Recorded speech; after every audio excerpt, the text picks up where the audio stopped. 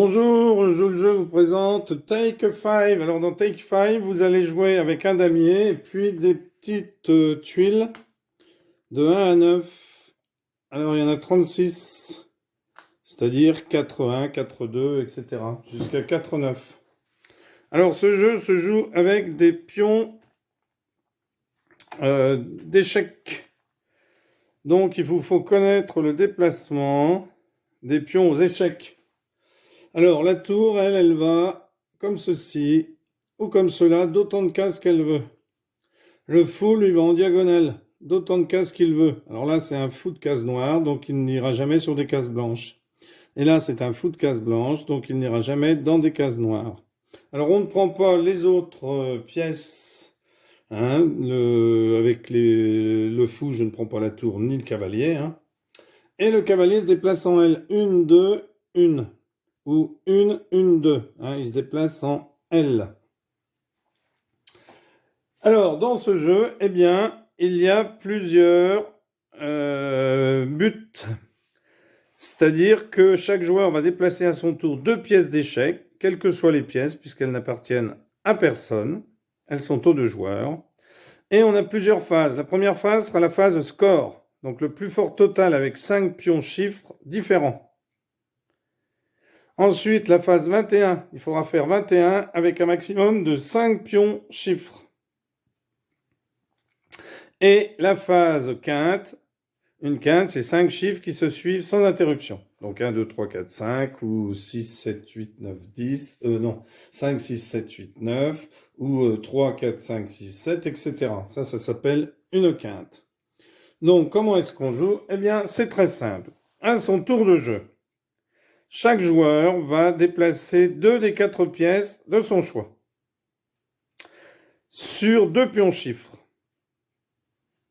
Le joueur a 2 possibilités. Voir secrètement sans les prendre les 2 pions sur lesquels il a posé les pièces d'échecs, ou en voir un seul pion chiffre et prendre l'autre.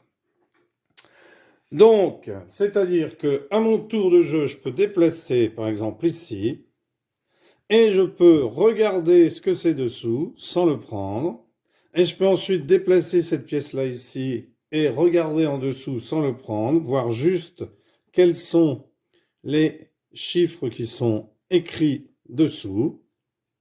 Ou alors je peux me déplacer, regarder celui-là et déplacer celui-ci et prendre. Hein, donc par ici, je le regarde juste, je le repose, je ne le montre pas aux autres. Et lui, je décide de le prendre. Donc je le prends et je le mets chez moi. Et je mets la pièce à la place. Voilà. Alors une pièce n'a pas le droit d'aller sur une autre pièce. Hein. S'il y a une tuile qui est déjà, si une pièce est déjà posée sur une tuile, l'autre n'a pas le droit de s'y mettre à la place. Donc attention parce que il y a parfois des pénalités. Vous avez des pénalités lorsque, par exemple, eh bien, vous dites je prends. Mais si je ne prends pas un pion qui me convient, eh bien dans ce cas-là, c'est une pénalité. Alors, chaque joueur, attention, hein, on va maintenant énumérer les différentes phases. La phase de score, c'est être le premier à réaliser le plus fort total avec 5 petites tuiles différentes. C'est-à-dire, je n'ai pas le droit d'avoir des tuiles de la même valeur. Chaque joueur, ici la pénalité, c'est que chaque joueur ne peut conserver que des pions de valeurs différentes. Si le joueur, eh bien, a pris un chiffre qu'il ne devait pas prendre, il doit le montrer aux autres et le placer à sa place initiale, face cachée. Et la pièce d'échec revient dessus. Et il doit se dessaisir d'un pion déjà pris, qu'il replace où il veut dans une case vide. Alors, on va faire une petite démonstration pour la phase score. Alors, imaginons que ici, ce soit A.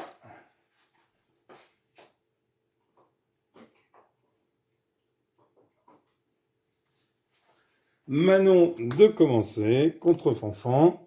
Donc Manon décide de bouger le fou sur cette case-là. Et elle décide de la prendre. Hein, j'ai deux choix. Je prends, je vois, ou alors je regarde les deux. Donc elle décide de la prendre et met ici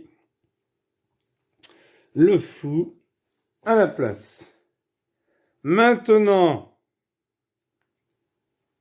je peux aussi décider de déplacer mon cheval ici. 1, 2, hop. Et ici, je ne peux plus prendre parce que j'ai pris, donc je vois. Donc c'est un 7. Il faut le retenir pour plus tard. C'est à Fanfan de jouer. Fanfan décide de bouger son fou ici. Et elle décide de voir. C'est un 3. Et Fanfan décide de bouger la tour ici. Et elle décide de voir. C'est un 5. Alors bien sûr, on ne le montre pas à l'autre. Hein. Donc ici, c'est à Manon de jouer. Manon décide de venir ici. Et elle décide de prendre. Elle décide ensuite de... Alors on peut très bien se mettre sur une case vide quand il y a une case vide pour une des pièces des échecs. Hein. On n'est pas obligé de se mettre sur une tuile. Elle décide de se mettre ici et de voir. Donc c'est un 9. Donc intéressant pour le score, puisqu'ici il faudra faire le plus possible. C'est à Fanfan de jouer. Fanfan décide de jouer ici et de prendre. Elle ne sait pas ce que c'est, mais elle décide de le prendre. Elle prend un 7. Et elle décide de bouger le fou ici et de voir. 6. Et elle le repose. Alors,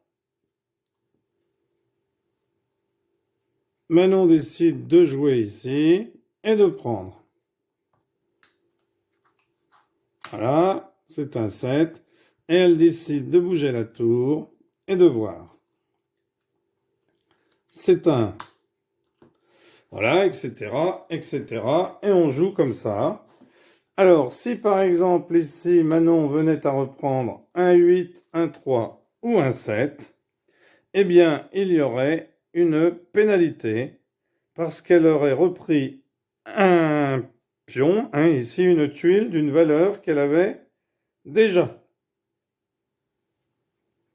Donc, elle devrait le montrer aux autres. Hein, si elle reprend un chiffre qui ne convient pas, hein, imaginons qu'elle reprenne un 3, eh bien, à ce moment-là, alors imaginons qu'elle vienne se mettre ici, par exemple, et qu'elle reprenne un 3, eh bien, elle devrait la replacer avec la pièce au-dessus. Et en plus, elle serait obligée de replacer, alors là, elle choisira le 3. Bien sûr, ça, hein, on ne le montre pas aux autres. Elle choisira le 3 qu'elle remettrait ici. Donc ensuite, quand les joueurs auraient toutes leurs tuiles, alors peut-être qu'il y en a un qui en aura 5 avant que l'autre en ait 5, eh bien on compte. On compte. Alors on doit attendre que, par exemple, Manon joue, elle en a 5. C'est à Fanfan de jouer, eh bien elle n'en a pas 5. Eh bien tant pis. Hein. Alors imaginons par exemple que Fanfan ait le 7. Fanfan est le 6, Fanfan est le 3, et Fanfan est le 5. Le 5, il faut que je me souvienne où est-ce qu'il y avait un 5. Voilà. Prends le 5. Imaginons que Fanfan est celle-ci. Et c'est à elle de jouer. Manon de l'autre côté a le 8, le 7, le 5 et le 9. Donc ici 29, 6 et 7, 13. Hein, ici, 29 pour Manon. Ici, je vais les mettre, je vais les rapprocher, voilà. Elle en a 4. Ici, Fanfan, 6 et 7, 13, 16. 16 et 5, 21.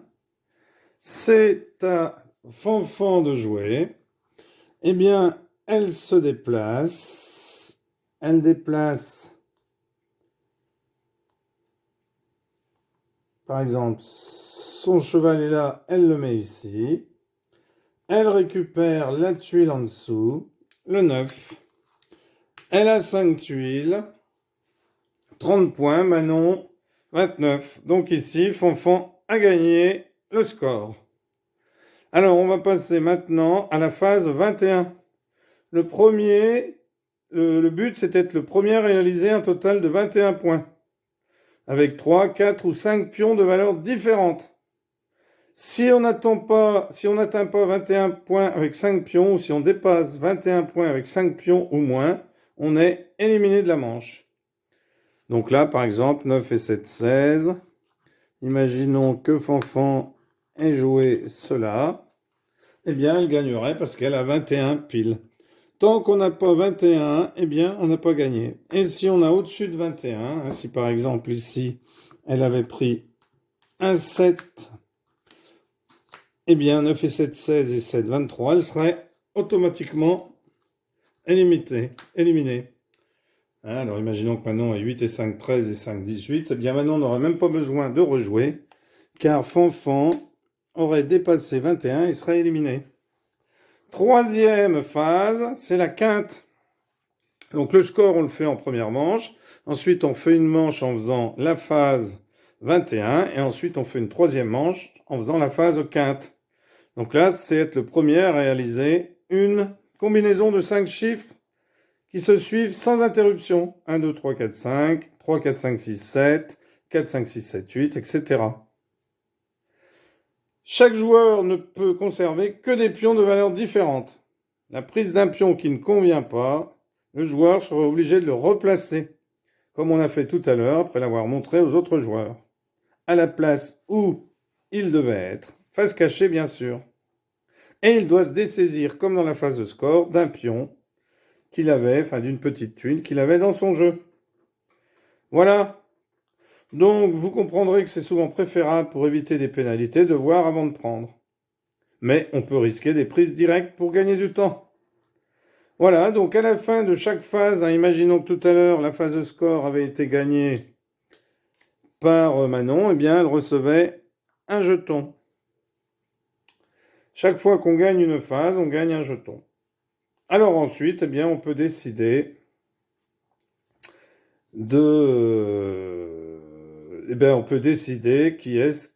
combien de manches on fait. Et c'est le premier qui gagne 3 manches qui gagne la partie.